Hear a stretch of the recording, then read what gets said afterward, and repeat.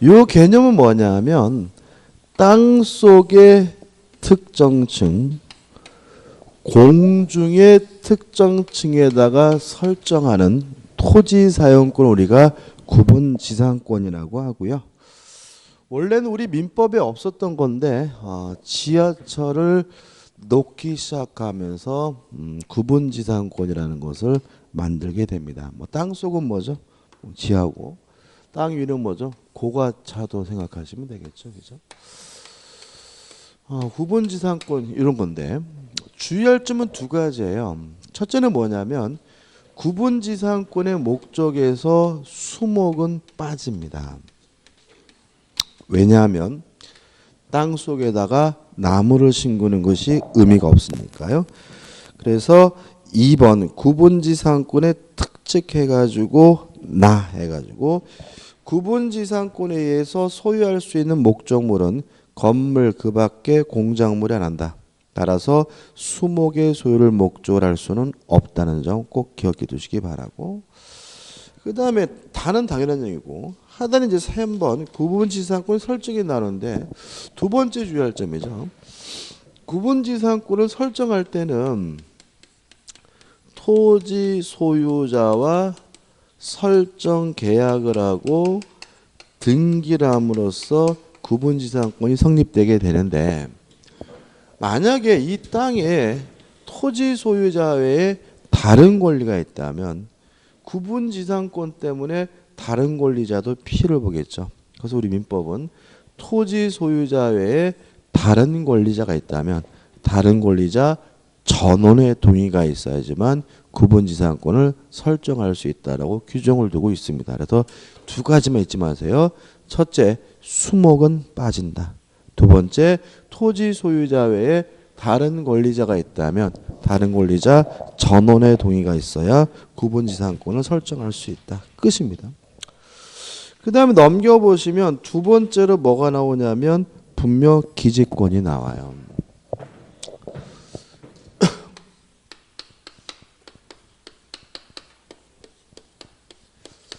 자, 분묘기지권이 특수한 지상권이라는 말은 분묘기지권도 타인의 토지를 사용할 수 있는 권리라는 얘기고요. 그러면 일반 지상권과 다른 점은 뭐냐면 목적이 다른 거죠. 분묘를 소유하기 위해서 남의 땅을 쓸 수 있는 권리입니다. 그래서 분묘기지권은 분묘를 소유하기 위해서 남의 땅을 쓸 수 있는 권리가 뭐죠? 분묘기지권이고요. 여기서 또 똑같은 문제가 생겨요. 아까 우리가 지상권을 할 때 자꾸 건물에 대한 권리를 오해하시는 분이 생기는 것처럼 분묘기지권도 묘에 대한 권리를 오해하신다고요.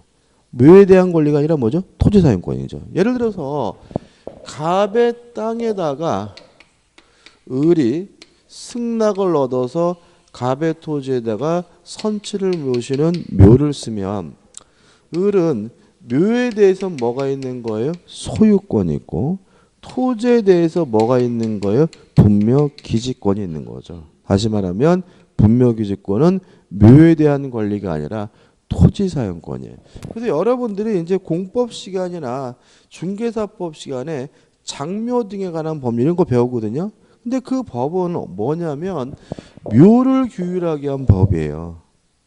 근데 우리는 묘를 공부하고 있는 게 아니라 뭘 공부하고 있는 거예요? 토지를 공부하고 있는 거니까 상관이 없는 거예요. 그래서 내용이 다르다 그래서 뭐죠? 이상한 게 아니라고요. 무슨 말 아시겠죠? 분묘기지권은 토지사용권입니다. 우리는 묘에 대해서 공부하는 게 아니라 뭐에 대해서요? 토지에 대해서 공부하고 있는 거니까 조심하시기 바라고. 그 다음에 이제 분묘기지권은 관습법상 물건인데 교재는 그냥 성립요건에서 몽뚱그려 놨는데 좀 분리해 보면 발생 원인이 필요해요. 원칙 토지 소유자의 승낙이죠. 다시 말하면 토지 소유자로부터 승낙을 얻어서 묘를 쓰면 분묘기지권을 취득하게 되는 거예요. 그러면 승낙 없이 묘를 썼어요. 무단으로 묘를 썼어요. 분묘기지권 갖는다는 얘기예요? 못 갖는다는 얘기예요? 못 갖는 거죠. 무단으로 묘를 쓰면. 다만 그 토지에 분묘를 설치한 지가 점유하고 있는 상태에서 몇 년 지나면요? 20년 지나면 취득시할 수는 있겠죠. 그죠? 다시 말하면 20년 지나야 취득시한다는 말은 무단으로 묘를 쓰면 분묘기지권을 뭐 할 수 없어요? 가질 수가 없다는 것을 전제로 하는 거고요. 그 다음에 남의 땅에다가 허락도 없이 묘를 썼다면 자주점유가 아니라 뭐죠? 타주점유니까 취득시효하는 것은 토지 소유권을 취득시효하는 것이 아니라 분묘 기지권을 취득시효하는 거다. 왜냐하면 점유가 자주가 아니라 무슨 점유니까요? 타주점유니까요. 이해되시죠? 그죠? 그 다음에 세 번째로 임야를 거래하면서 분묘 처리에 관한 특약을 안 했어요. 이때는 분묘 기지권이 발생할 수 있다는 것이 우리 판례 입장입니다. 조심하셔야 돼요. 자, 이런 얘기인데 갑이 임야를 가지고 있는데요. 요 갑의 땅에 뭐가 있어요? 묘가 있단 말이죠. 근데 갑이 이 땅을 팔면서 요 묘를 이장한다, 철거한다 같은 특약을 안 하게 되면 새로운 소유자인 을은 갑에게 분묘기지권을 인정해 줘야 된다는 것이 판례의 태도예요. 근데 이 분묘기지권은 관습법상 물권이기 때문에 등기를 못해요. 그 등기부에 안 남아 있어요. 그래서 임야를 거래할 때는 꼭 가셔야 돼.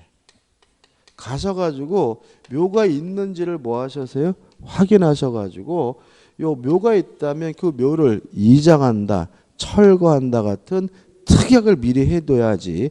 안 그러면 요 묘 때문에 땅을 못 쓰는 뭐죠? 아무짝에도 쓸모없는 땅이 될 수가 있어요.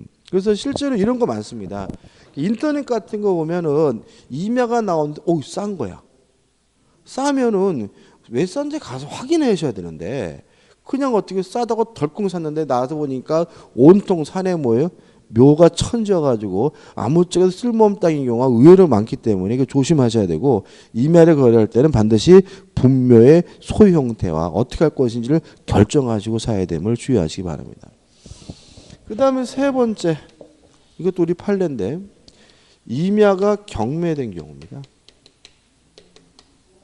같은 취지인데 만약에 이렇게 묘가 있는 임야가 경매가 됐어요. 경매가 돼가지고 을에게 뭐가 됐냐면 경락이 되면 을은 갑에게 묘에 대해서 분묘기지권을 인정해 줘야 된다는 것이 판례 태도예요. 그래서 임야를 경락받으실 때는 진짜 조심하셔야 돼. 임야를 경락받을 때는 그 땅에 있는 묘는 뭐 하지 못해요? 이장하지 못한다는 전제에서 낙찰금을 쌓아야지. 괜히 그냥 비싸게 썼다가 뭐요? 아무짝에도 쓸모없는 땅을 살 수가 있음을 주의하시기 바랍니다. 무슨 아시겠죠, 그죠? 그래서 최근 들어서 여기 분쟁이 많기 때문에 중요하죠. 이런 넷 중에 한 가지 발생 원인을 가지고요. 두 번째 성립 요건인 거죠. 첫째, 봉분이 존재해야 된다. 자, 분묘기지권은 간섭법상 물권이기 때문에 등기할 수 없어요. 등기 능력이 없으므로 요 봉분이 대외적으로 분묘기지권이 있다는 사실을 보여주는 공시 방법으로서 기능을 수행하고요. 따라서 평장하거나 암장하는 경우는 분묘기지권 발생하지 않고요. 두 번째, 시신이 존재해야 되겠죠. 만약에 시신이 없다면 그건 뭐가 아니에요? 묘가 아니기 때문에 분묘기지권이 발생할 수는 없습니다. 그죠? 그렇죠. 예? 예? 뭐 부패가 돼가지고 뭐 뼈가 뭐 거의 없다. 그런 거 있는 거예요. 여기 시신이 없다는 말은 그냥 가묘. 이런 것들은 안 된다. 이런 얘기인 거죠. 그 다음에 내용 및 효력해서 우측에 보시면 판례가 잔뜩 나왔죠. 간단히 말씀드리면 이런 얘기입니다. 분묘가 있으면 분묘기지권은 밑바닥 땅에만 인정되는 것이 아니라 분묘를 수호하고 봉사하기 위해서 필요한 범위에서 주의공지까지 뭐가 돼요? 확장이 되는데 여러분들이 장묘 등하는 법률을 보면은 면적 제한이 있죠. 배우셨나요? 개인묘는 몇 제곱미터, 가정면은 몇 제곱미터 이렇게 제한이 있거든요. 그거 적용되지 않습니다. 다시 말하면 분묘기지권에 대해서는 공법상의 면적 제한이 없다는 거 주의하시 바랍니다. 교재에 다 나와 있어요. 그죠? 그 다음에 묘가 이렇게 말발굽 모양 언덕이 있는 거 있죠. 그죠? 이 뒤에 이게 사성이라고 하죠. 근데 이거는 있는 묘도 있고 없는 묘도 있죠. 그게 무슨 말이에요? 필수적 구조물이 아닙니다. 따라서 사성은 분묘기지권에 당연히 포함되는 것은 아님을 주의하시기 바라고, 그 다음에 분묘기지권은 이미 있는 분묘를 소유하기 위해서 남의 땅을 쓸 수 있는 권리이기 때문에 묘를 뭐 할 수 없냐면 신설할 수가 없어요. 만약에 묘를 신설하려면 또다시 토지 소유자로부터 뭘 받아야 되냐면 승낙을 받아야 되기 때문에 어떤 형태든 합장이 금지가 됩니다. 쌍분 형태로 합장하는 것도 금지가 되고요. 단분 형태로 합장하는 것도 뭐가 돼요? 금지가 됩니다. 왜냐하면 분묘기지권이란 이미 있는 묘를 소유하기 위해서 남의 땅을 쓸 수 있는 권리이기 때문에 그렇고요. 그 다음에 분묘기지권도 원칙이 뭐죠? 무상입니다. 따라서 지료 지급에 관한 특약이 없다면 지료를 뭐 할 수 없어요? 청구할 수가 없으니까. 만약에 20년이 지났다는 이유로 분묘기지권을 뭐 했어요? 취득시한 경우에는 땅 주인은 지료를 청구할 수 없음을 주의하시기 바랍니다. 끝이에요. 넘겨보시면 대표제가 나와 있죠. 한번 풀어볼게요. 제사주재자인 갑은 이렇게 나와 있죠. 왜 갑자기 제사주재자인 갑이라고 나와 있죠? 이게 어떤 문제냐면 분묘의 소유자는 장손이 소유자입니다. 누가요? 장손. 그러니까 예를 들어서 형제가 5분 있으면 그 5분의 공유가 아니라 장손의 뭐죠? 단독 소유예요. 여기 이제 가정의례 준칙에 규정되어 있거든요. 근데 참 재밌는 거는 이게 완전히 조선시대 같은 분위기잖아요. 그죠? 그죠? 그러니까 상주인데, 그러니까 예를 들어 가지고 이런 거죠. 갑이 있으시고 갑이 이렇게 A, B, C 3형제가 있고 A 밑에 뭐죠? 스몰 a 손주가 있는데 요 큰아들이 뭐 이미 돌아가시고 나서 요 갑이 돌아가셨어요. 그러면 상주는 누구예요? 스몰 a예요. 그러니까 이게 왕이승 계승하고 똑같아요. 그래서 요 A가 상주고 A만이 뭐죠? 분묘의 소유자예요. 차남들은 분묘에 대해서 아무런 권리가 없는 겁니다. 이게 뭐해? 조선시대 같은 분위기인 거예요. 그죠? 그래서 장손만이. 근데 왜 이렇게 됐을까? 이게 남녀평등에 반하잖아요. 그죠? 여자에게 말씀 드리지도 않았죠. 그죠? 이런 거죠. 만약에 이게 돈이 되는 거면은 아마 여성단체에서 이미 난리가 났을 거예요. 그죠? 이런 거지같이 조선시대겠죠. 근데 이게 오히려 분묘에 대한 권리는 의무적 색채가 강하기 때문에, 그죠? 될 수 있으면 뭐죠? 피하려고 하는 게 막 이러다 보니까 아직도 여성분들이 이 부분을 안 건드렸어요. 그래서 아직은 뭐예요? 조선시대 그대로 장손만이 상주고 장손만이 뭐죠? 분묘의 소유자입니다. 그래서 제사주재자 장남 이렇게 나오는 거예요.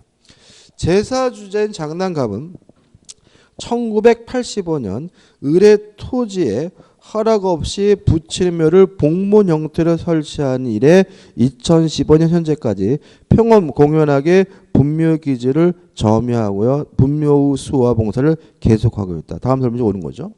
그럼 허락 없이 묘를 썼으니까 20년 지나야 뭐 할 수 있는 거죠? 취득시 할 수 있는 거죠. 근데 지금 1985년이니까 20년이면 몇 년입니까? 2005년이잖아요. 그죠? 그러면 2015년 현재면 20년이 지났으니까 이 사람은 분묘기지권을 뭐 하고 있는 거죠? 가지고 있는 거죠. 1번 을은 갑에게 분묘이장을 청구할 수 있다. X. 왜요? 갑은 이미 뭐가 있어요? 분묘기지권이 있으니까요. 2번 갑은 을에게 분묘기지에 대한 소유권 이전 등기를 청구할 수 있다. X. 갑의 점유는 타주 점유이기 때문에 20년 지나면 뭘 취득시하는 거예요? 분묘기지권을 취득시하는 것이지 소유권을 취득시하는 것은 아니니까 2번도 뭐가 돼요? X가 되겠죠. 3번 갑은 부친에 매해 모친의 시신을 단분 형태로 합장할 권능이 있다. X. 어떤 형태든 뭐 할 수는 없어요? 합장할 수는 없다. 그죠? 4번 갑이 분묘기지권을 포기하는 의사를 표시하는 경우 점의 포기가 없더라도 분묘기지권은 소멸한다. 5점. 그죠? 따라서 만약에 갑이나 포기하겠다라고 한다면 분묘기지권이 이미 뭐가 됐어요? 소멸됐으니까 땅 주인은 그 묘를 이장하거나 철거하는 것이 뭐죠? 가능한 거고요. 따라 4번이 뭐죠? 맞는 지문이죠. 5번 갑은 을에게 지르를 지급할 의무가 있다. X. 분묘기지권도 원칙이 뭐죠? 무상이므로 지르를 지급할 필요는 없습니다. 이런 얘기죠. 지금 아버지가 계시잖아요. 그죠? 근데 어머니를 모실 때 옆에다가 봉분을 만들어서 또 모셨으면 쌍분 형태. 요걸 파고 같이 묻었으면 뭐죠? 단분 형태. 이런 얘기인 거죠. 단분이든 쌍분이든 뭐 할 수는 없어요. 합장할 수는 없습니다. 그다음에 우측에 이제 뭐가 나오죠? 간섭법상 법정지상권이 나옵니다. 일단 이 법정지상권은 중요해요. 중요하고 좀 어려워하시는 부분이거든요. 근데 오늘 한 것으로 끝나질 않아요. 이 법정지상권 우리가 저당권까지 공부를 해야 끝나요. 그래서 약간 의문이 나는 것이 있더라 일단 참으시고 판례도 일단은 안 볼 거예요. 그래서 저당권까지 가서 끝나게 된다는 거 말씀을 드리고, 자, 이런 문제입니다. 건물이 존재하고 있어요. 그리고 건물의 소유자하고 토지 소유자가 원래는 같았어요.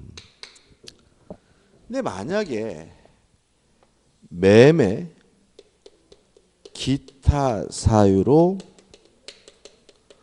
건물과 토지 소유자가 달라졌다면 요 건물 소유자는 법정 지상권을 취득하게 되는데 이게 뭐죠? 관습법상 법정 지상권이고요. 따라서 건물을 뭐 할 필요 없는 거죠? 철거할 필요가 없는 거죠. 그죠? 자, 이런 얘기입니다. 땅이 갑의 것이고 건물도 뭐죠? 갑의 것인데 갑이 건물만 팔았어요. 건물만 팔고 건물만 이전 등기해 주는 바람에 땅은 여전히 갑의 것이지만 건물은 누구 것으로 바뀌었어요? 을의 것으로 바뀌었어요. 그러면 매매할 당시 건물이 있었고 건물과 토지 소재가 같았는데 매매로 달라졌으니까 을은 뭘 갖게 됩니까? 관습법상 법정지상권을 취득하게 되고요. 갑은 을에게 건물을 철거해 달라고 뭐 할 수 없는 거예요? 요구할 수가 없는 거죠. 이해되시죠? 그죠? 자, 건물이 존재하고 있으면 됩니다. 그 건물이 무허가든 미등기든 따지지 않습니다. 뭐 하기만 하면 돼요? 건물이 있기만 하면 돼요. 또 건물과 토지 소유자는 같았어야 됩니다. 그럼 이런 건 어떨까요? 땅이 갑의 것인데요. 을이 갑으로부터 승낙을 얻어서 갑의 땅에다 건물을 신축했어요. 이랬을 때 을은 법정지상권을 취득해요? 못해요? 지금 을이 갑으로부터 승낙을 얻어서 갑의 땅에다 을이 건물을 신축했잖아요. 이때 을이 법정지상권 취득해요? 못해요? 못한다. 왜냐하면 법정지상권은 같았다가 달라져야 돼요. 을이 건물을 갑으로부터 승낙을 얻어서 신축했다는 말은 건물이 지을 때부터 뭐죠? 다르기 때문에 법정지상권은 뭐 하잖아요? 발생하지 않아요. 법정지상권은 뭐라고요? 같았다가 뭐 해야 돼요? 달라져야 돼요. 이해되시죠? 여러분들 생각해 보세요. 이 법정지상권 최단기간이 몇 년이에요? 30년이에요? 30년이 아니라 지상권이 최단기간이. 그러니까 이거 함부로 인정해 줄 문제가 아니에요. 그러니까 승낙을 얻어서 건물을 지었으면 뭐 아까 말한 것처럼 설정 계약을 하고 등기를 해야 뭘 갖는 거예요? 지상권을 갖는 거지. 그냥 남의 땅에 건물 지었다는 이유로 법정 지상권을 자동으로 취득하는 것은 아닌 거예요. 왜요? 법정 지상권이란 것은 같았다가 달라지는 경우만 인정돼요. 그 다음에 매매 기타 사유로 달라지는데 요 기타 사유가 나머지 개념이기 때문에 굉장히 다양해요. 그래서 우리는 뭘 기억할 거냐면 제외되는 거, 안 되는 걸 기억할 거예요. 자, 다시 한번요. 매매 기타 사유로 달라지면 뭐가 발생합니까? 관습법상 법정 지상권이 발생하는데 기타 사유라는 것은 나머지 개념이잖아요. 그러니까 이거를 다 외울 수는 없어요. 그죠? 그래서 우리는 안 되는 걸 기억할 건데 첫째, 환지 처분으로 토지와 건물의 소유자가 달라진 경우에는 관습법상 법정지상권 발생하지 않습니다. 환지 공부하셨죠? 그죠? 근데 만약에 환지하는 과정에서 법정지상권이 발생해버리면 건물을 철거하지 못하고 사업을 중단해야 되는 거예요. 그래서 우리 판례는 환지 처분으로 토지와 건물의 소유자가 달라진 경우에는 뭐가요? 법정지상권이 발생하지 않는다라고 판시하고 있는 거고. 그 다음에 두 번째, 원인행위의 실효입니다. 여기서 원인행위의 실효라는 말은 뭐냐면 무효, 취소, 해제를 말하는 거예요. 다시 말하면 토지와 건물의 소유자가 달라진 이유가 무효, 취소, 해제 등으로 달라진 경우에는 뭐가요? 관습법상 법정지상권이 발생하지 않는다는 것이 판례 입장이에요. 예를 들어 가지고 땅도 팔고 건물도 팔고 다 했어요. 그죠? 다 해서 뭐죠? 의뢰 것이 됐단 말이죠. 근데 문제는 요 토지에 대한 매매가 무효임이 밝혀져서 토지 소유권이 의뢰서 갑으로 뭐가 됐어요? 복귀가 됐어요. 그러면 같았다가 뭐가 돼요? 달라지잖아요. 근데 달라진 이유가 뭐 때문에? 무효 때문에 달라졌다면 관습법상 법정지상권이 뭐 하잖아요? 발생하지 않아요. 그죠? 끝이에요. 다 한 겁니다. 그죠? 정리해 볼게요. 자, 건물이 존재해야 합니다. 무효가든 미등기든 따지지 않습니다. 또 건물과 토지 소유자가 같았다가 뭐죠? 달라져야 됩니다. 달라지게 된 이유는 매매 기타 사유인데 우리는 기타 사유 중에서 빠지는 거, 안 되는 걸 기억할 건데 환지 처분이나 원인행위의 실효로 토지와 건물의 소유자가 달라진 경우는 관습법상 법정지상권이 발생하지 않는다는 거 잊지 마시기 바라고요. 그 다음에 다 한 건 아닙니다. 우리가 다시 말씀드리지만 뭐 할 거냐면 저당권 할 때 다시 한번 봐야 되고요. 그 다음에 뭐 전에 했던 건데 법정지상권은 법률 규정에 의한 지상권이니까 뭐 할 필요 없죠? 등기할 필요 없다는 거 우리가 잊지 마시고요. 그죠? 그래서 교재 보시면 성립 요건에서 가, 나, 다, 그다음에 라 뭐가요? 등기는 요하지 않는다. 효력 법정지상권하고 똑같습니다. 그래서 나눈 내용은 뭐죠? 일반지상권과 똑같고 넘겨보시면 이제 뭐가 나오냐면 판례가 잔뜩 나오는데 나중에 판례도 정리하긴 할 거지만 일단은 보지 마세요. 굉장히 어렵게 느껴질 수 있으니까. 그 다음에 376페이지 오시면 뭐가 나옵니까? 대표의제가 나오는데 한번 풀어보죠. 갑은 자신의 토지와 지상 건물 중 건물만은 을에게 매도하고 건물 철거 등의 약속 없이 건물의 소유권 이전 등 해주었다. 그럼 보자고요. 땅도 갑의 것이고 건물도 갑의 것인데 건물만 팔고 건물만 뭘 해줬어요? 등기를 해줘서 땅은 여전히 갑의 것이지만 건물은 누구 거로 바뀌었죠? 을의 것으로 바뀌었죠? 그럼 을은 갑에게 뭐가 있는 거예요? 관습법상 법정지상권이 있는 거죠. 틀린 것은 1번 을은 관습상의 법정지상권을 등기 없이 취득한다. O. 그죠? 왜요? 법정지상권을 뭐 할 필요 없어요? 법정은 등기할 필요 없는 거니까. 2번 갑은 그 다음에 다시 한번 문제를 다 읽었구나. 다시 줄게요. 그다음에 을은 이 건물을 다시 병에게 매도하고 소유권 이전 등을 맞춰줬다. 설명을 드려야 되겠다. 문제 좀 이따 볼게요.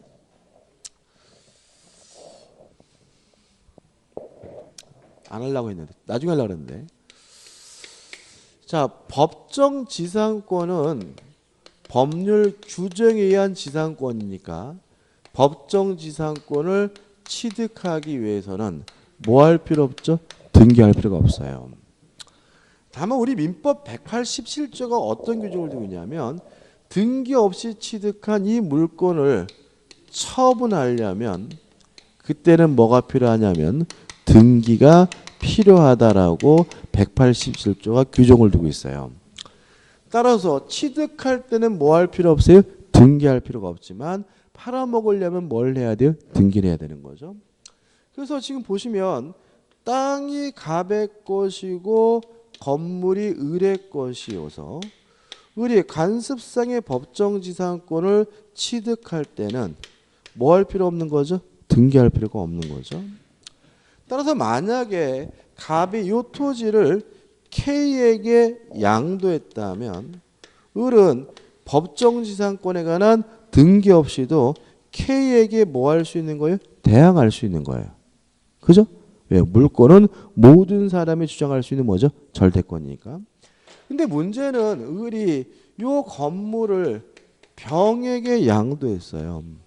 다시 말하면 건물에 대해서 을에게 이전 등기를 해주면 요 병은 건물에 관한 소유권을 취득하지만 병은 지상권을 취득할 수는 없어요. 왜냐하면 을이 지상권을 취득할 때는 뭐 할 필요 없어요? 등기할 필요 없지만 을이 병에게 지상권을 넘겨주려면 뭐죠? 등기를 해야 되기 때문에요. 그러면 건물을 철거해야 되느냐? 건물을 철거해 줄 필요는 없습니다. 왜냐하면 병이 지상권을 취득하지 못한 것이지 을이 계속해서 법정 지상권을 뭐하고 있어요? 보유하고 있는 거니까요. 동의하시나요? 다시 말하면 얘가 취득하지 못한 거지 지상권이 뭐 된 게 아니에요? 소멸된 게 아니에요. 아직도 을이 뭘 가지고 있어요? 지상권을 가지고 있으니까 건물은 철거당하지 않아요. 따라서 병은 을을 대의해서 토지 소유자인 갑에게 지상권 설정을 청구하는 것이 뭐죠? 가능한 상태이므로 지상권 설정을 청구하는 것이 뭐죠? 가능한 상태이므로 건물을 뭐 해줄 필요는 없어요? 철거해 줄 필요는 없는 거예요. 다만 문제는 그러면 결국은 병은 지상권도 없는데 갑의 땅을 쓰고 있는 거죠. 아무런 권한이 없는데 갑의 땅을 쓰고 있는 거죠. 따라서 사용이익은 부당이득으로서 반환을 해줘야 된다는 것이 우리 판례 입장입니다. 이것도 중요한 부분입니다. 그죠? 자, 그럼 다시 한번 볼게요. 문제요.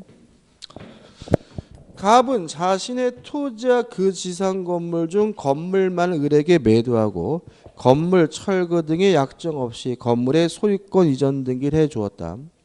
을은 이 건물을 다시 병에게 매도하고 소유권 이전 등기를 맞춰주었다. 다음 설명이 틀린 거죠. 그러면 요 사례임을 알 수 있죠. 그죠? 1번. 을은 간습상의 법정지상권을 등기 없이 취득한다. 5점. 2번. 갑은 병에게 토지 사용에 대한 부당이득 반환을 청구할 수 있다. 5점. 다시 말하면 병은 아무런 권한 없이 남의 땅을 쓰고 있는 것이니까 사용이익은 부당이득으로서 뭐죠? 반환을 해줘야 되므로 2번은 뭐죠? 맞는 질문이죠. 3번 갑이 정에게 토지를 양도한 경우 을은 정에게 간습상의 법정지상권을 주장할 수 없다. X죠. 이게 뭐로 바뀌어요? 정이죠. 정. 그죠? 정. 자, 을은 등기 없이 법정지상권을 뭐 했어요? 취득했기 때문에 새로운 토지 소유자에게 뭐 할 수 있어요? 대항할 수가 있으므로 답은 뭐죠? 3번이 되는 거죠. 4번 갑은 병에 대하여 건물 철거 및 토지 인도 청구는 신의 성실 원칙상 허용될 수 없다. 다시 말하면 건물을 뭐 해줄 필요는 없어요? 철거해 줄 필요는 없고요. 5번 만약 병이 경매에 의하여 건물의 소유권을 취득한 경우 특별한 사정이 없는 한 병은 등기 없이도 간섭상의 법정지상권을 취득한다는 지문은 맞는 지문인데 왜 그런지는 우리가 전세권 할 때 설명드릴 거예요. 그죠? 답은 뭐죠? 3번이 됩니다. 그 다음에 2절에서 뭐가 나오고 있냐면 지역권이 나오고 있는데 쉬었다가 보죠. 쉬었다.